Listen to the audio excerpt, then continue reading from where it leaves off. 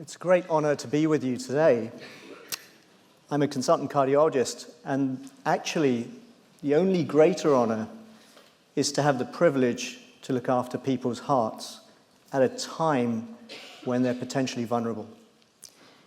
1,500 beats is what we will share in the next 15 minutes as our shared experience together. And I hope none of you have an erratic beat or a dangerous beat while we're showing you the future of medicine. Let's see where we're going. So any good story shares their journey with you. We make it meaningful and memorable. We hope that with that shared journey, I will actually change my own journey and my own energy. And then at the end, I'll have an ask for you that will make a contract between you and me to make our future better together. Let's see if I can achieve that. We think that the future will involve this beautiful game of being able to make a new you that you can interact with. My theory is that we will have a 3-avatar approach. The first avatar that we will make of ourselves will be the best of me, the best of you, and we will have that as our mirror at home to remind ourselves who we are, who we can be, and who we should remain. The second avatar will be the current me, saying, how far away have I gone away from the best of me? And have I made the right choices today? Have I eaten correctly? Have I slept correctly? Have I dreamt correctly? Have I breathed correctly?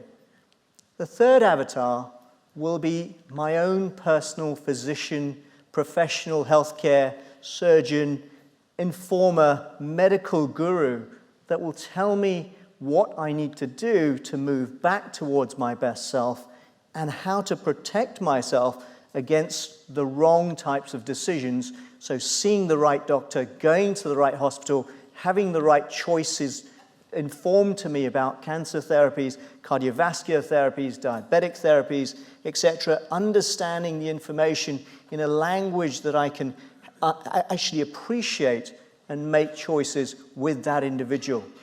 Wouldn't it be great to have a great GP that you don't have to book an appointment with?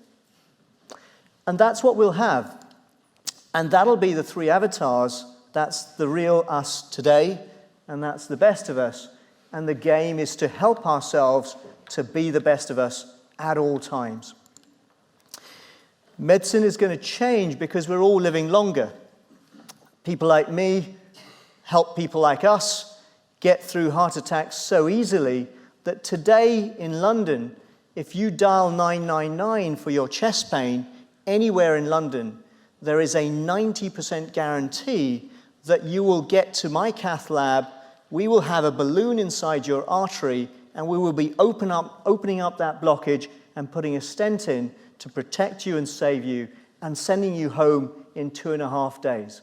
A 90% guarantee that that will be done within 90 minutes of you arriving at my hospital door, or 150 minutes of you actually picking up the phone.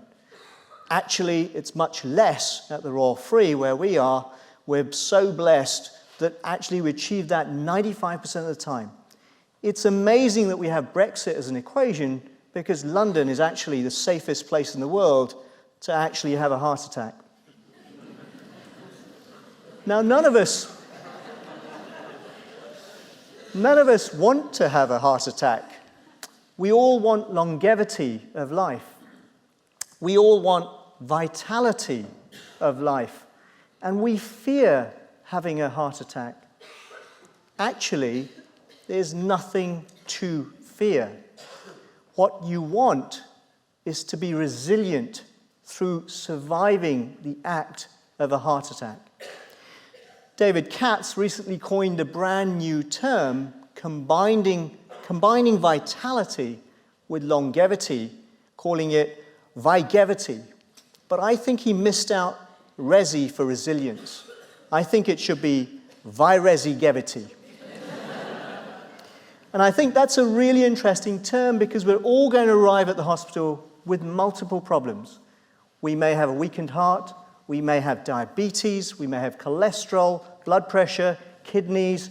We're going to have multi-morbidities as we live longer and we collect the battle scars of good age. And we will see multiple teams. The first big change in medicine is you won't interact with one siloed individual like me. You'll interact with me wearing Google Glass, and there'll be 5 of us seeing you at the same time: the physiotherapist, the pharmacist, the counselor, the frailty individual specialist, myself and the ER doctor, and maybe an ITU team if they need to. And that will happen as a reality within the first few minutes when we evaluate you. Blood markers are exponentially increasing for me to be able to predict what's going to happen to you, not only today, but in the next 10 years. There's a marker called GDF15, called growth differentiating factor 15, which used to be called macrophage activating complex, and that actually is about how full are your dustbins in your body. If your dustbins are overspilling, then guess what? You're going to have a high risk of cancer and further heart disease. If your dustbins are actually quite empty when you take them out to the dustbin man, actually you're a very efficient individual, non-materialistic, very ethical, you live a clean life, and actually you're going to live a long time. And that's what we really want, to see multiple people have multiple things diagnosed very early on and get them all right in the right order. Medicine's going to further change because we'll be able to do that online even before we arrive at the hospital. Here is a technology that a year ago at a How To Academy was being muted as seeing a specialist online. We changed that immediately and said, let's see 5 specialists at the same time online. Let's be able to upload any of your data and be able to share that, manipulate that, actually make information about it, triage it before you meet us in the virtual room, and then give you the great decisions that we would, particularly for cancer, where you cannot wait for time. This technology has now been adopted by the NHS within 6 months of us applying. It's through an accelerator program to help children with cancer get access to the best clinicians anywhere in the world, no postcode lottery, no worrying about where you live and whether you can access London. You can meet everybody in this virtual space that you want. We know that we are so blessed in the UK. This is another reason that Brexit is crazy. The Framingham study, with only a few thousand middle-aged Americans, dominated the world of publications of saying, how high does your blood pressure have to be to put you at risk of heart attacks? How high does your sugar and your cholesterol have to be to put you at risk of strokes? It absolutely was everything to cardiology for about 40 years. Last week in Cambridge, we announced that the 100,000 Genome Project, phase 1, is complete.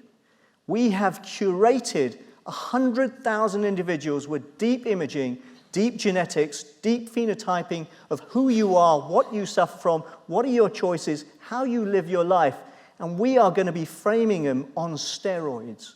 We are going to give the future of our choices into what does that mean in terms of physical health. And if that was not enough, just 2 days ago, our government published a paper on phase 2 to say that we will be the first country to do a 1 million genome project and actually bank on our first phase to get the richness of predictive algorithms that are going to help us unlock our mutations and do prevention, finally, for the first time.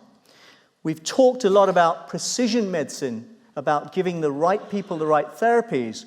What we'll now be able to do is precision prevention and precision prediction. It's going to be a fascinating new 10 years.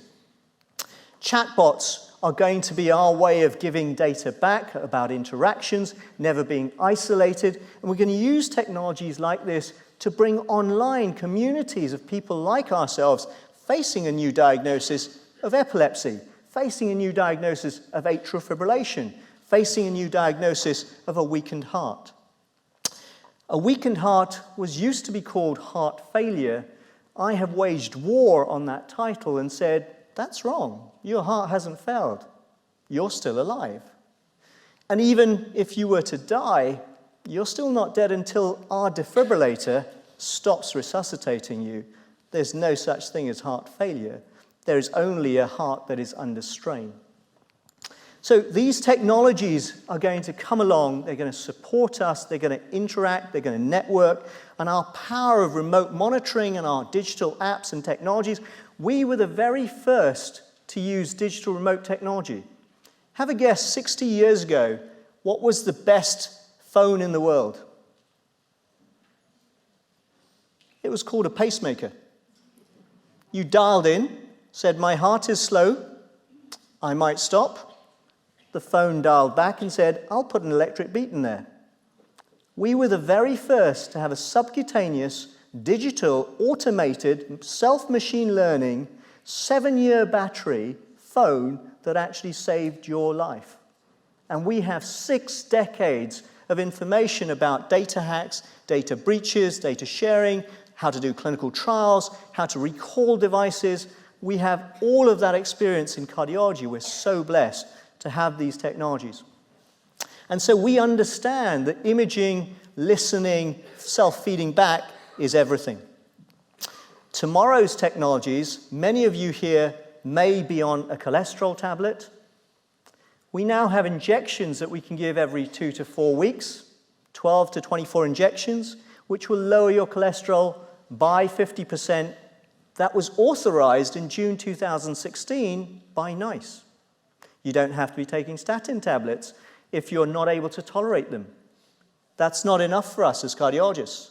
We now have a technology, 1 injection every 270 days, actually interfering with your liver's ability to create cholesterol, called inclisiran, which will reduce your cholesterol by 50% with 1 injection every 270 days only. 2 injections a year to get rid of cholesterol. We're now looking at therapies that we can inject that can reverse the cholesterol plaques in your arteries straight after we've spot welded the artery with a stent or a balloon so that you don't need to come and see me again, which is the greatest gift I can give to a patient. You don't need to see me again professionally. Just come and see me socially. We're doing bionic things with limbs, pancreases. Interestingly, our pacemaker technology was the first technology to put in the brain for intractable epilepsy, for stimulating brains with depression. We were so blessed to have pacing and vascular technologies where we open things up or close things down, and that is being used over and over again. And earlier today you will have heard about the CRISPR technologies that we're actually re-editing genes to stop you having thickened hearts or weakened hearts so that young people who are playing football don't suddenly drop dead or try to, and then marathon runners don't have a risk. So we're doing all of these things even with bacteria.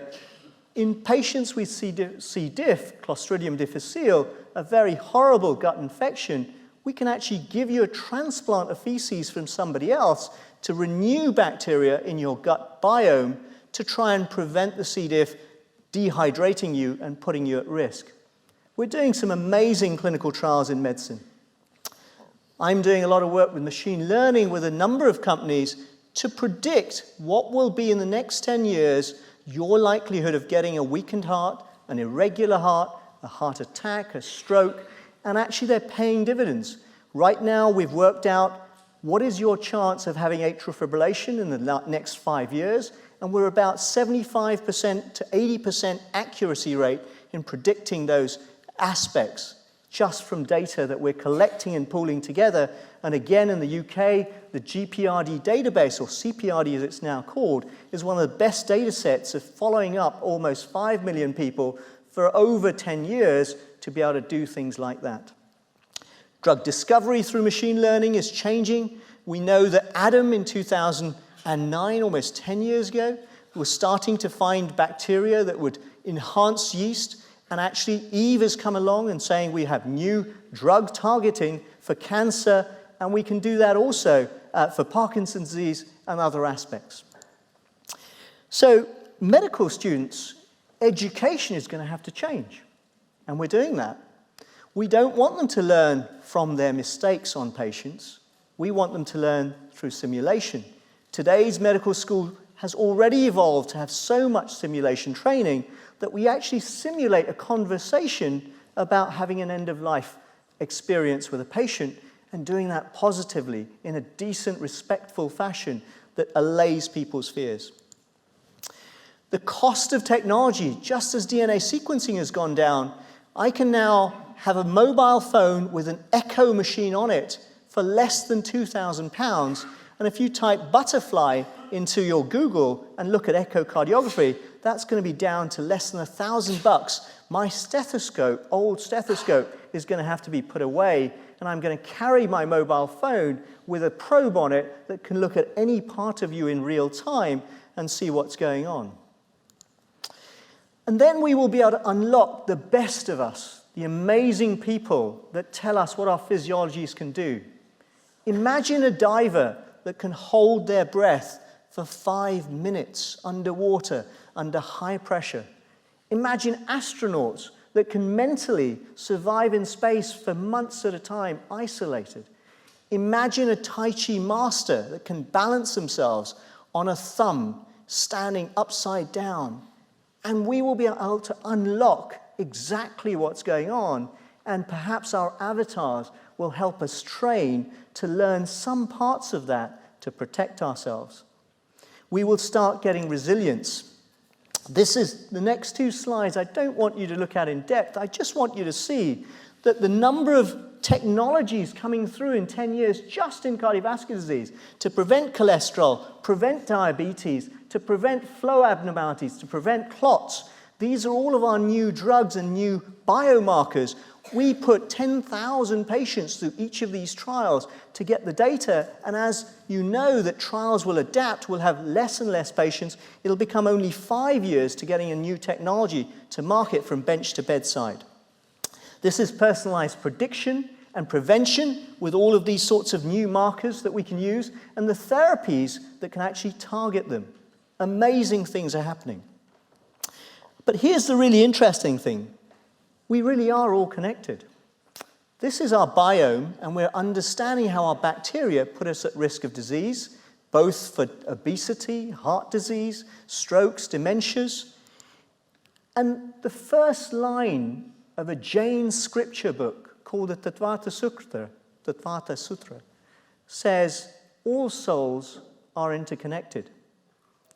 And what we're saying is that while we are 1 trillion cells and maybe several 100 billion in our brain, the bacteria on us are over 3 times to 30 times that, and actually they're mingling between us. We're exchanging bacteria just as we breathe with each other, and they're actually rehacking and restructuring us. And how you feel positive with somebody inspirational, that is actually partly chemicals, partly exchange of our bacteria, and exchange of our mental energies. And we will unlock that to find out how our hearts improve. So it's a blessing to see that we've even got stem cell technologies that we can rehack and re-engineer to protect ourselves when we give cancer therapies that damage the heart. We're now giving stem cells to protect the heart, to recover and resilient to the chemotherapy. And thanks to Nobel Prize winners like Yamanaka, we're actually seeing the fruits of that becoming economical to do. Economics drives everything. So I've shared with you the journey. I've shared with you the inspiration to remove your fear, uncertainty, and doubt for suffering from heart function issues. You don't need to be concerned. The future is really bright about prevention and prediction. We're all going to be wealthy in the data that we provide, the experiences and journeys. So I'm hoping that we've inspired you to live a great life. And if that's not enough, I'd like to share with you the final journey of a patient of mine who is so inspirational. It's our patients like this that drive us to be whatever we are if we're doing well, because they demand excellence, and we hope to provide that. Let's go straight to that video. So the ask is only one thing of you all. Please help us with participation in research. Please help us either supporting, contributing your data, contributing the gift of your life to making the new therapies of tomorrow. That is the only ask. Gravitate towards physicians and clinicians of excellence. Don't put up with mediocrity in medicine. Demand the excellence, have the excellence, drive the excellence, and if you can, help us fight failure. Thank you so much. Please listen to this lovely video, and that will be our last shared experience.